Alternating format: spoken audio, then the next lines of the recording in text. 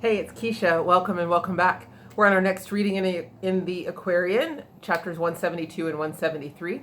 So let us first begin by closing our eyes, taking a deep breath in, and letting it out. Deep breath in and out. And now gently begin to call all of your power, all of your attention back to yourself. Turn your focus inward. With each breath, feel yourself becoming more and more present.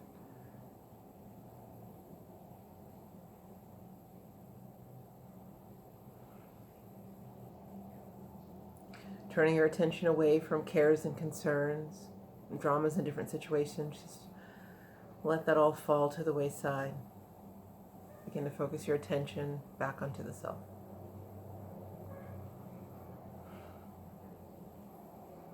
If you feel like you're tethered to anything, just release that tether and let it go back to source. If you feel like anything is tethered to you, certainly release that cord and let it go back to source.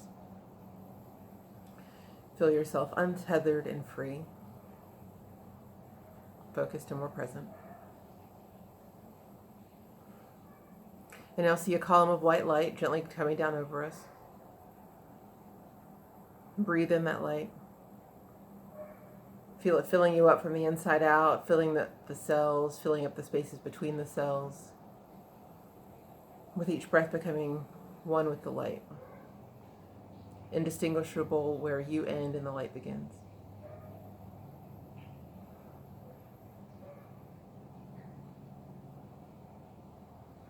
We are light, we are made of light.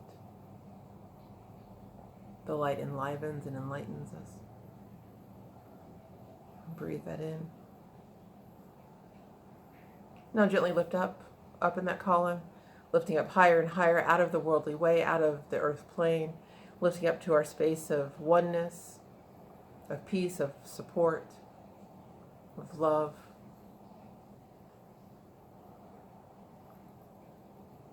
We'll rest in our grove where we've been studying and listening.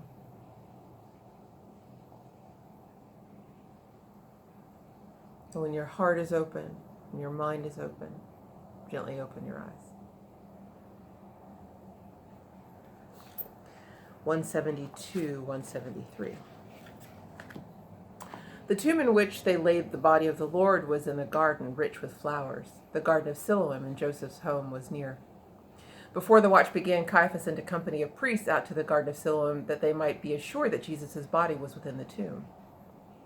They rolled away the stone, they saw the body there, and then they placed the stone again before the door. And Pilate sent his scribe to place upon the stone the seal of Rome, in such a way that he who moved the stone would break the seal. To break this Roman seal meant death to him who broke the seal. The Jewish soldiers were all sworn to faithfulness, and then the watch began. At midnight all was well, but suddenly the tomb became a blaze of light, and down the garden walk a troop of white-clad soldiers marched in single file. They came up to the tomb and marched and countermarched before the door. The Jewish soldiers were alert. They thought the friends had come to steal the body of the Nazarene. You don't want to throw a whole word salad out here. The captain of the guard cried out to charge. They charged, but not a white-clad soldier fell. They did not ever stop. They marched and countermarched among the frightened men. They stood upon the Roman seal. They did not speak. They unsheathed not their swords. It was the Silent Brotherhood. The Jewish soldiers fled in fear. They fell upon the ground. They stood apart until the white-clad soldiers marched away, and then the light about the tomb grew dim. Then they returned. The stone was in its place. The seal was not disturbed, and they resumed their watch. Now, Jesus did not sleep within the tomb. The body is the manifest of soul, but soul is soul without its manifest. And in the realm of souls unmanifest, the Lord went forth and taught. He opened up the prison doors and set the prisoners free. He broke the chains of captive souls and led the captives to the light. He sat in council with the patriarchs and prophets of the olden times. The masters of all times and climes he met, and in the great assemblies he stood forth and told of the story of his life on earth and of his death and sacrifice for man. and of his promises to clothe himself again in garb of flesh and walk with his disciples, just to prove the possibilities of man, to give them the key of life, of death, and of the resurrection of the dead. In council, all the masters sat and talked about the revelations of the coming age. When she, the holy breath, shall fill the earth and air with holy breath, and open up the way of man to perfectness and endless life. The garden of Siloam was silent on the Sabbath day. The Jewish soldiers watched, and no one else approached the tomb. But on the following night, the scene was changed. At midnight, every Jewish soldier heard a voice which said, ADON, MASHICH, CUMI, which meant, Lord, Christ arise. And they supposed again the friends of Jesus were alert, were coming up to take the body of the Lord away. The soldiers were alert with swords unsheathed and drawn. Then they heard the words again. It seemed as though the voice was everywhere, yet they saw no man. The soldiers blanched with fear, and still to flee meant death for cowardice, and so they stood and watched. Again, and this was just before the sun arose, the heavens blazed with light. A distant thunder seemed to herald forth a coming storm. And then the earth began to quake, and in the rays of light they saw a form descend from heaven. They said, Behold, an angel comes. And then they heard again, ADON, MASHICH, CUMI. And then the white-robed form tramped on the Roman seal, and he tore it to shreds. He took the mighty stone in hand as though it were a pebble from the brook, and cast it to the side. And Jesus opened up his eyes and said, All hail the rising sun, the coming of the day of righteousness. And then he folded up his burial gown, his headbands, and his coverings, and laid them all aside. He rose, and for a moment stood beside the white-robed form. The weaker soldiers fell upon the ground and hid their faces in their hands. The stronger stood and watched. They saw the body of the Nazarene transmute. They saw it change from mortal to immortal form, and then it disappeared. The soldiers heard a voice from somewhere, yea, from everywhere, it said, Peace, peace on earth, goodwill to men. They looked. The tomb was empty, and the Lord was risen, as he said. The soldiers hastened to Jerusalem and to the priests and said, Behold, the Nazarene has risen, as he said. The tomb is empty, and the body of the man is gone. We know not where he is. We know not where it is. And then they told about the wonders of the night. Caiaphas called a council of the Jews. He said, This news must not go forth that Jesus has risen from the dead. For if it does, all men will say he is the Son of God, and our testimonies will be proven false. And then they called the 100 soldiers in and said to them, You know not where the body of the Nazarene is resting now. So if you will go forth and say that his disciples came and stole the body while you slept, each one of you shall receive a silver piece, and we will make it right with Pilate for the breaking of the Roman seal. The soldiers did as they were paid to do. Now, when the rabbi took the body of the Lord and set it and laid it in the tomb, the mother of the Lord and Mary Magdalene and Miriam were there. And when the body was entombed, they went to Joseph's home and there abode. They did not know that Jewish soldiers had been sent to guard the tomb, nor that the Roman seal was placed upon the stone. So in the morning of the first day of the week, they hastened to the tomb with spices to embalm the Lord. And when they reached the tomb, they found the terror-stricken soldiers running frantically about. The women did not know the cause, but when they found an empty tomb, they were excited and aggrieved. The soldiers did not know what had transpired. They could not tell who took the body of the Lord away. And Mary Magdalene ran with haste toward Jerusalem to tell all the news to Peter and the rest. She met, just by the gateway, Peter, James, and John, and said, Someone has rolled away the stone and carried off the body of the Lord. And then the 3 disciples ran toward the tomb, but John was fleet of foot and was the first to reach the tomb. He found it empty. The body of the Lord was gone. When Peter came, he went into the tomb and found the grave clothes folded neatly up and laid aside. Now, the disciples did not comprehend the scene. They did not know the meaning of their Lord when he informed them that just before death he would rise from death upon the first day of the week. The 3 disciples went back to Jerusalem. The mother of the Lord and Miriam went not away. And Mary looked within the tomb and saw 2 masters sitting there and said, Why do you weep? And Mary said, Because my Lord is gone. Someone has carried off the body of my Lord. I know not where it is. Then she arose and looked around. A man stood near and said, Why do you weep? Whom do you seek? And Mary thought it was the gardener and said, If you have borne away the body of my Lord, oh, tell me where it is that I may lay it in sacred tomb. And then the man came near and said, My mother. And Mary said, My Lord. The eyes of Miriam were opened up and she beheld the Lord. And Jesus said, "Behold, I told you as we walked along the way up the cross that I would meet you at the sepulchre upon the first day of the week."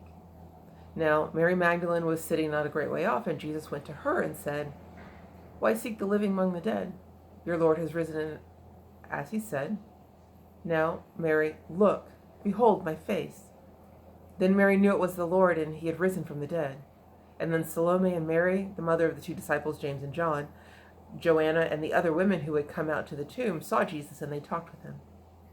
And Mary Magdalene was filled with joy. She sought again for Peter, James, and John. She found them and said, "Lo, I have seen the Lord, and Miriam has seen the Lord, and the mother of the Lord has seen the Lord, and many more have seen his face, for he has risen from the dead." But the disciples thought that she had simply seen a vision of the Lord. They did not think that he had risen from the dead. Then Mary found the other members of the company and told them all about the risen Lord, but none of them believed. Now Peter, James, and John were in the garden of Siloam, were talking with the gardener about the happenings of the day when John beheld a stranger coming up the walk. The stranger lifted up his hands and said, "I am." Then the disciples knew it was the Lord, and Jesus said, "Behold, for human flesh can be transmuted into higher form, and then that higher form is manifest of things." No. And Jesus said, "Behold, for human flesh can be transmuted into higher form, and then that higher form is master of things manifest, and can at will take any form. And so I come to you in form familiar unto you.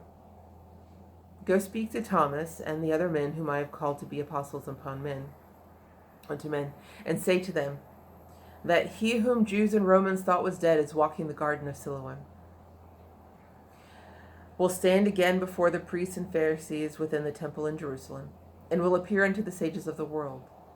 Tell them that I will go before them into Galilee." Then Peter, James, and John went forth and found their brethren and said, "Behold, the Lord is risen from the dead, and we have seen him face to face."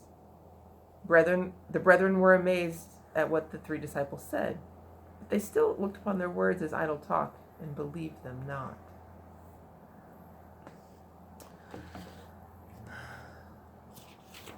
For this moment we have been waiting. So we get to meet the Silent Brotherhood, a troop marching, in single file, marching and counter marching. And the idea here is that they are, metaphysical idea is that they are laying the energy and setting the foundation on which Jesus' resurrection can take place. So it's verse 15 from chapter 172. Now Jesus did not sleep within the tomb. The body is the manifest of soul, but soul is soul without its manifest.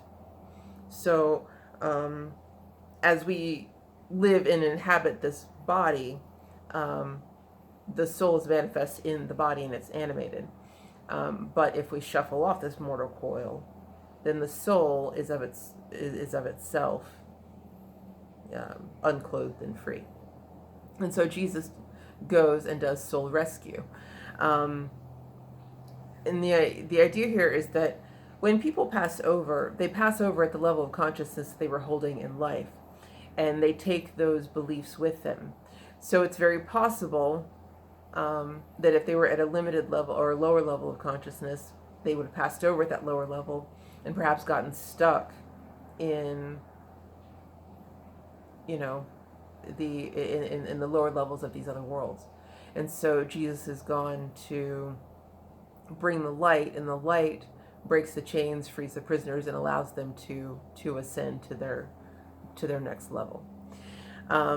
Interestingly, I may have mentioned this in a previous video, because we had Jesus going into Sheol and healing the souls on the other side. But that was an exercise that we actually did in seminary, and it's a meditation you can do yourself. You don't even have to know where Sheol or these other realms are. You can just ask to be taken there. What was interesting is when I moved into that lower realm, so many beings saw me and they were like, "Are you the one? Are you the one? Are you the light?" Because coming over from this level of consciousness, I had a greater light about me than they were used to seeing. So when I went into that space, they all asked if I was the light. And for those that were ready to be healed and moved on, I set columns of light for them to ascend into when they were ready. And what was interesting too is I remember that meditation meditation quite clearly. There were other columns of light that I saw in the other realm. And when we went to class that following week and we're talking about our experiences, others had reported seeing the columns of light, and we realized that we were seeing each other's columns of light from the work that we were each doing. So it's really quite a beautiful meditation to do. It's definitely, service meditation. So it's something I encourage if you're interested.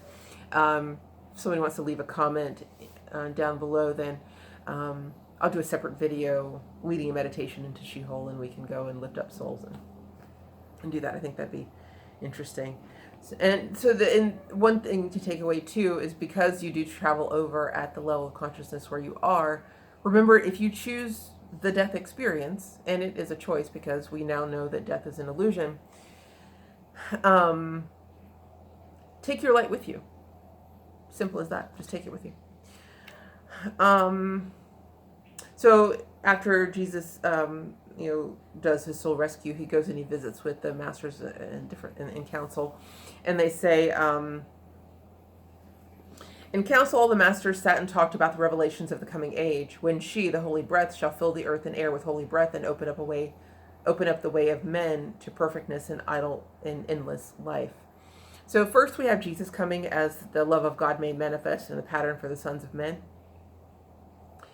And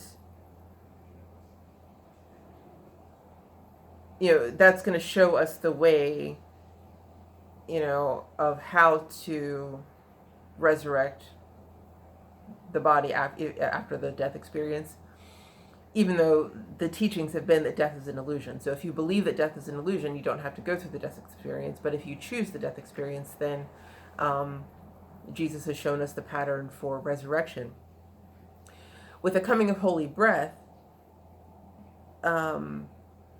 we'll be imbued with this active knowing within ourselves that death is an illusion, and we will be living at a level of consciousness that is our fully Christ itself, so the Christ revealed in all of the chakras, and we would become immortal. So Jesus comes and shows us the way, and holy breath establishes it as the norm. We come across in this reading some of the most powerful words, I think, that we tend to overlook. But ADON, MASHICH, CUMI, Lord Christ arise. That has got to be the most perfect and potent prayer, right? Imagine if the resurrected Christ is made manifest within you and within any situation that you're vexed by, right? That can only be, this blaze of light with angels descending from heaven, right? So let us practice that, as an affirmation and prayer, and share our responses. I'm curious to see what will happen. I've got some ideas already about the ways in which I want to apply that in my world, and I can't wait to see, the blessings and outcomes from that. So the idea of, ADON, MASHICH, CUMI, Lord Christ arise in me. ADON, MASHICH, CUMI, Lord Christ arise in this situation. Just imagine the resurrected Christ within you and in your affairs, and how fantastic that can be. And I love, so when Jesus he does his soul work, he speaks to the council, and then he goes back to his people, because he's got to show them what the resurrected Christ looks like and how that is possible. And he first reveals himself to the women, to intuition. And they are the first who are able to see him. John and Peter get to the tomb and look in. They see the tomb is empty, and the burial clothes that are folded up. Because they're looking for the physical, right? But Mary and Miriam, they are looking at everything. Their eyes are open to all of the possibilities because they represent intuition. And so when Mary looks in the tomb, she's able to see the two angels talking.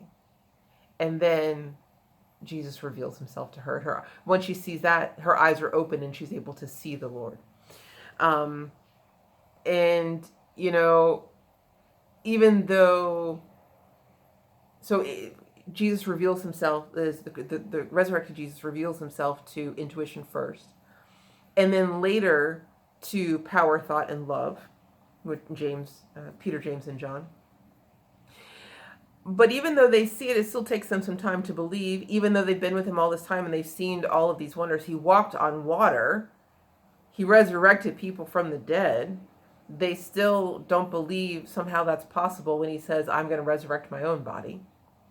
And so it's as if it takes time, the thought of resurrection being made real is so overwhelmingly complicated and complex to consider that it's first revealed to us in our inner knowing through intuition.